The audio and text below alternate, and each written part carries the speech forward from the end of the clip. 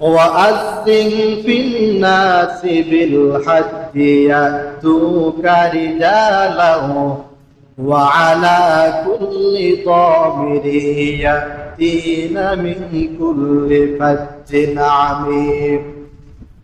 ইব্রাহিম নবী কাবা ঘর নির্মাণ শেষ করলেন। আল্লাহ রাব্বুল আলামিন বলেন, ওয়াআযিন ফিন নাসি বিল হজ্জি, হে ইব্রাহিম নবী, মানুষের মধ্যে হজের ঘোষণা করুন, মানুষ যাতে করে কাবা ঘরের হজ করে। ইব্রাহিম নবী বললেন, এই কাবা ঘর যেখানে নির্মাণ করা হলো, আশপাশে কোনো বাড়িঘর নাই, কোনো লোকালয় নাই, ধুধু মরুভূমি। কাবা ঘরের আশপাশে কোনো মানুষ বসবাস করে না, একটা মরুভূমির জায়গা।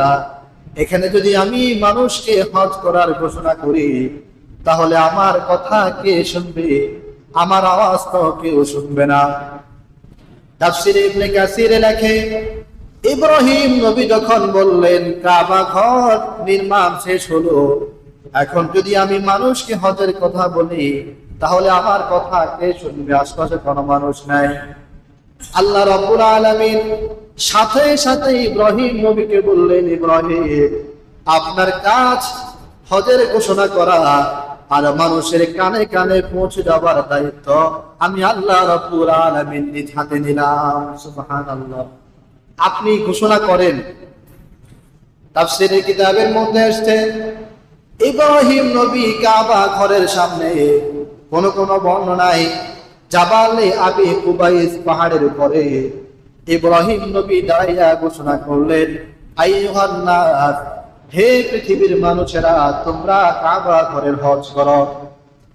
তাফসীর ইবনে কাসির, তাফসীরে মারিফুল কোরআন, সব তাফসীরের কিতাবের মধ্যে লেখে, ইব্রাহিম নবী এই ঘোষণা দেওয়ার সাথে সাথে তৎকালীন সময়ে ওই পৃথিবীতে যত মানুষ জীবিত ছিল, প্রত্যেক মানুষের কানে কানে আল্লাহ রাব্বুল আলামিন ইব্রাহিম নবীর ঘোষণা পৌঁছে দিয়েছেন।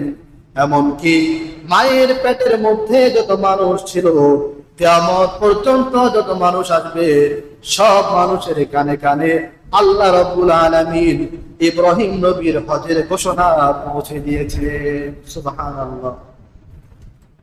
তাফসীরের কিতাবের মধ্যে লেখে, ইব্রাহিম নবীর হজের ঘোষণা যত মানুষের কানে গেছে, সব মানুষ লাব্বাইক বলেছে। যদি কোনো মানুষ একবার লাব্বাইক বলেছে, জীবনে সে একবার হলে হজ করবে।